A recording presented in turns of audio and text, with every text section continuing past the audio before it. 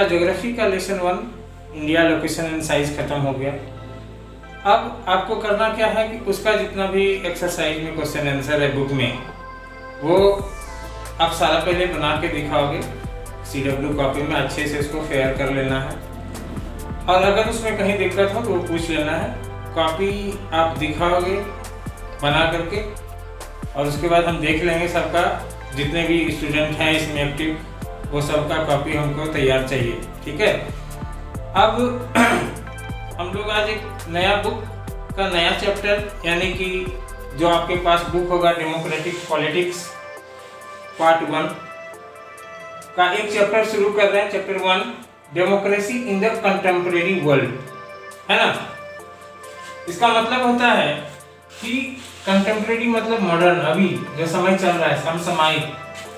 तो अभी के दौर में, वर्तमान समय में लोकतंत्र का, डेमोक्रेसी का क्या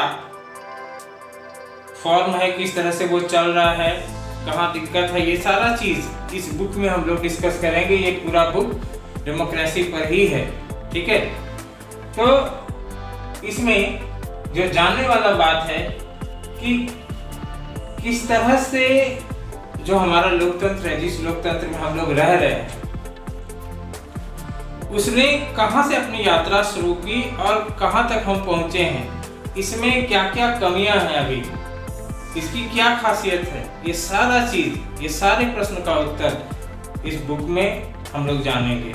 ये आपका 6 लेसन है इस बुक में, और 6 का 6 लेसन डेमोक्रेसी से ही रिलेटेड है। एक एक बात को हम लोग इसमें समझ जाएंगे। अगर हमने ध्यान से इसको पढ़ा तो डेमोक्रेसी को लेकर कोई प्रश्न हमारे मन में नहीं रह पाएगा। तो इसको बड़े ध्यान से देखना है, समझना है। ये हमारी लाइफ से जुड़ा हुआ है और ये जानना भी चाहिए। एक गुड सिटीजन होने के नाते ये हमारा कर्तव्य है कि हम अधिकारों और कर्तव्यों को भी जानें।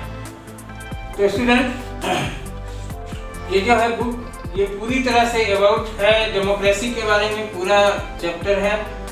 और जो फर्स्ट चैप्टर हम शुरू कर रहे हैं, इसमें हम देखेंगे कि किस तरह से पिछले 100 वर्षों में डेमोक्रेसी दुनिया के ज़्यादा से ज़्यादा देशों में फैला, है ना।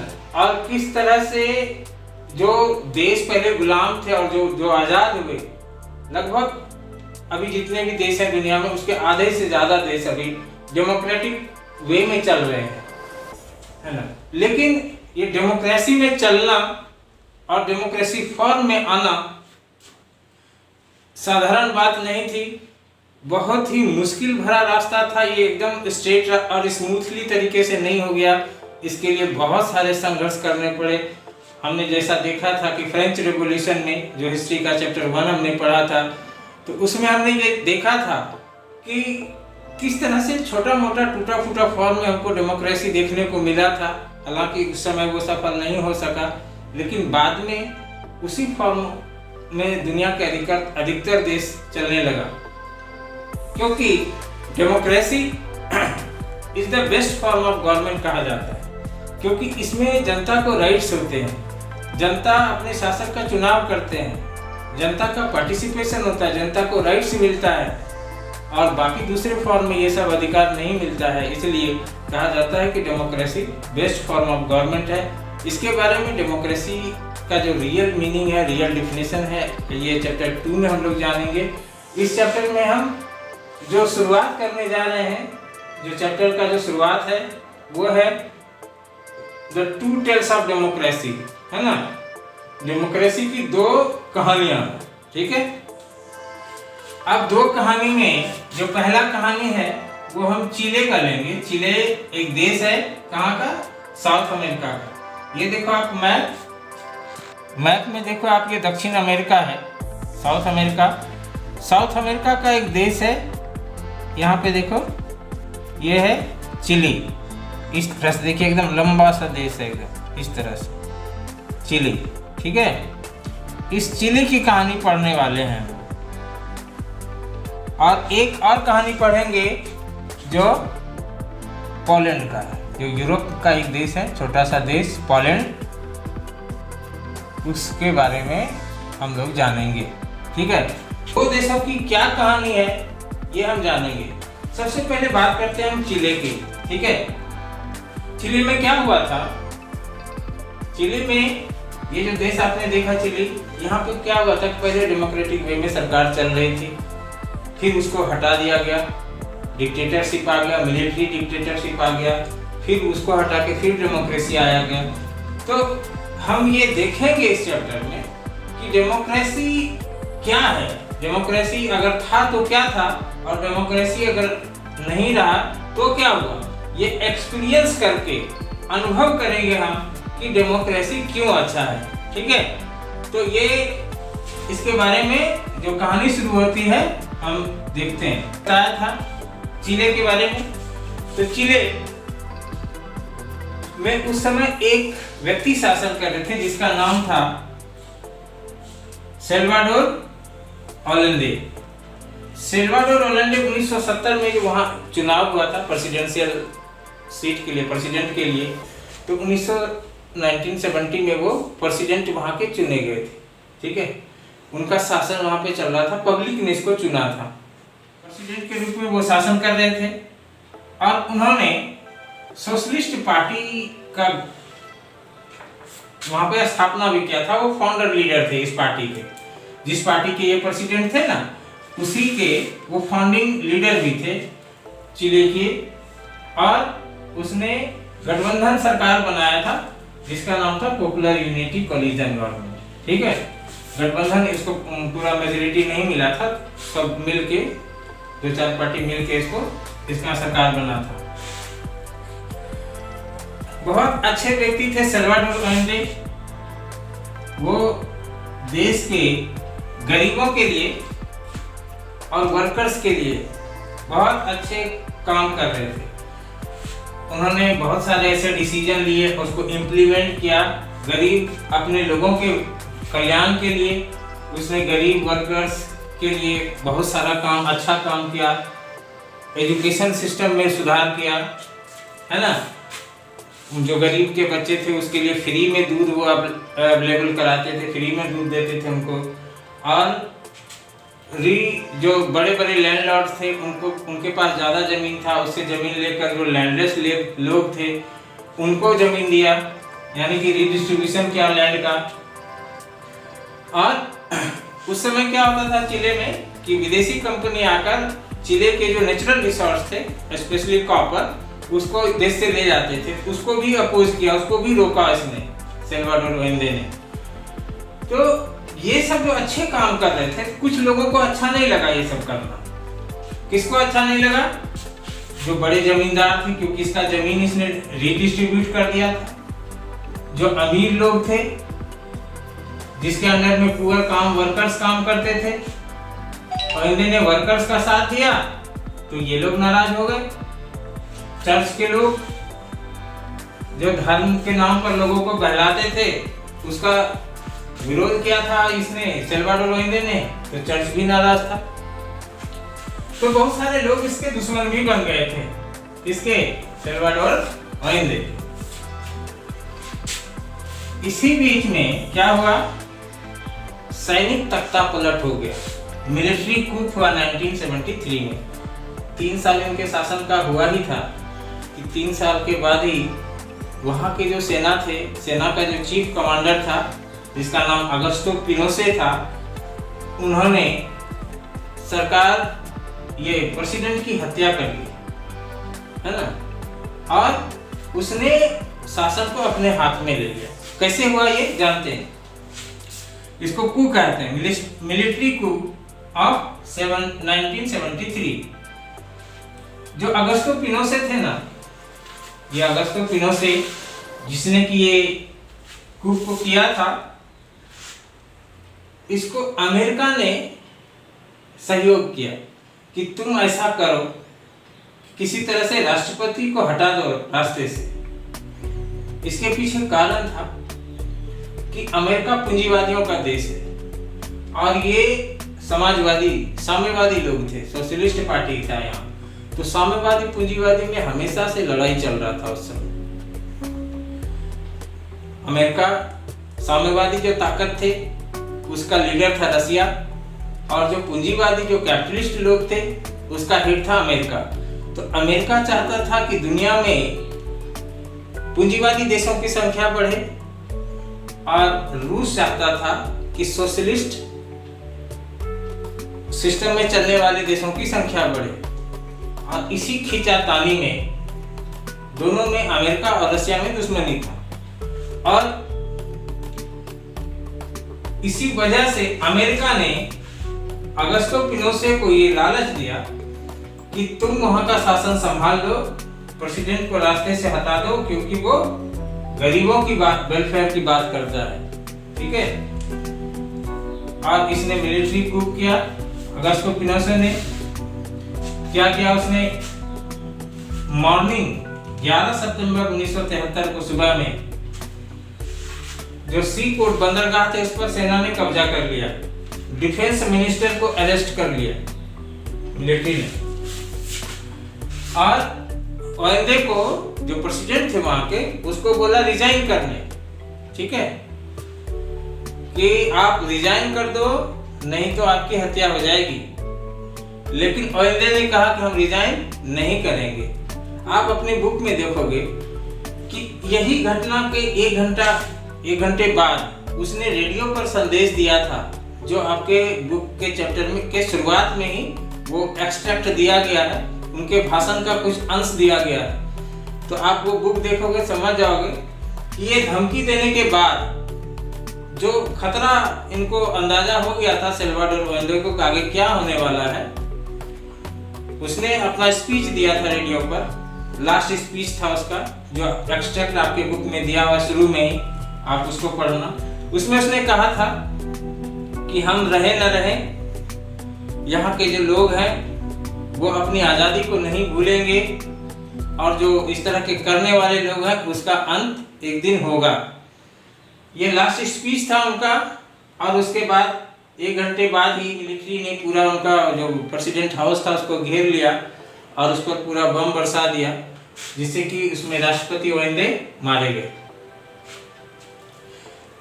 यहाँ पे हम ये देख रहे हैं कि जो डेमोक्रेटिक वे में सरकार चुना गया था, जिसको पब्लिक ने चुन के भेजा था, उसको एक मिलिट्री ताकत ने उसे खत्म कर दिया और वो खुद गद्दी पर बैठ गया, जिसको कि जनता ने नहीं चुना था। अब क्या होता है कि वो तो बन गया प्रेसिडेंट, वहां का अगस्तो पिनोशे बन गया प्रेसिडेंट। अब उसने वो टॉर्चर वाला काम शुरू किया। जिन लोगों ने, जो लोग चाहते थे कि डेमोक्रेसी रहे चिली में, उन लोगों का वो पकड़ पकड़ के हत्या करने लगे, मर्डर करके। Killed several of those who supported democracy, बहुत सारे लोगों को मारा गया जो डेमोक्रेसी के सपोर्टर्स थे। इसमें एक व्यक्ति था जनरल अगस्तो पिनोशे ने ये सब काम किया। उसके बाद जनरल अगस्तो पिनोशे ने अगले 17 वर्षों तक चिली पर शासन किया। और उसके बाद 17 वर्षों में क्या क्या हुआ, वो एक छोटा सा हम बात बता रहे हैं कि वो जिस तरह से, जैसे उसको मन करता था शासन करने का, वैसे वो करता था, क्योंकि उसको तो जनता ने चुना नहीं था, ना तो उससे जनता से डर था कोई। जिस तरह से उनको मन होता था वैसे शासन करता था, कोई उससे कोई कुछ पूछ नहीं सकता था। और जनरल बैचले थे वहां के, जब ये ओएनडे थे ना, ओएनडे जब राष्ट्रपति थे, इनके अंदर में जो एयरफोर्स होता है, चिली का जो एयरफोर्स था, चिलियन एयरफोर्स का जो कमांडर थे बैचले, इनको इसने, अगस्तो पिनोशे ने इनकी भी हत्या कर दी। और इनकी जो बेटी थी और वाइफ, इन दोनों को प्रिजन, जेल में डाल दिया। उनको बहुत टॉर्चर किया गया।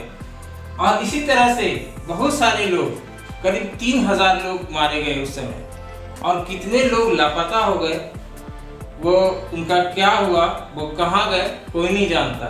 यानी कि बहुत उसके साथ, यानी जनता त्रस्त हो गई उनके शासन से।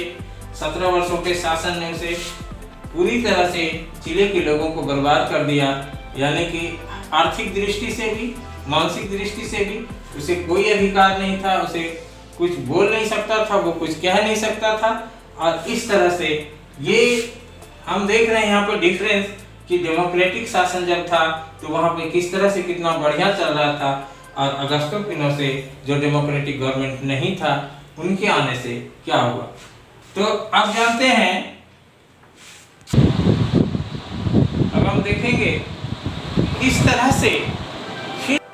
से डेमोक्रेसी फिर से रिस्टोर होता है चिले में। ठीक है, ये जो नेक्स्ट है टॉपिक, रिस्टोरेशन ऑफ डेमोक्रेसी, यानी कि डेमोक्रेसी का फिर से पुनर्स्थापित होना चिले में। क्या हुआ था कि अगस्तो पिनोशे ने एक रेफरेंडम निकाला 1988 में।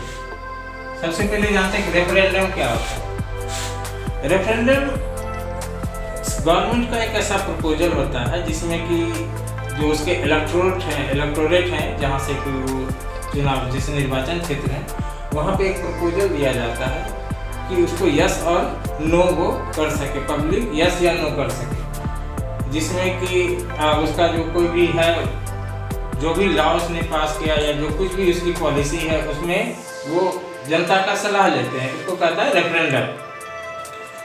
तो अगस्तो पिनोशे ने एक रेफरेंडम के द्वारा जो 1988 में उसने निकाला था 1988 में, उसने सोचा कि हम अपने शासन जो उसका इलीगल शासन था उसको लीगल बना लेते हैं और आगे जो आने वाला समय है उसमें अपना जो है सीट वो रिजर्व कर लेते हैं ताकि उसको कोई हटा नहीं सके।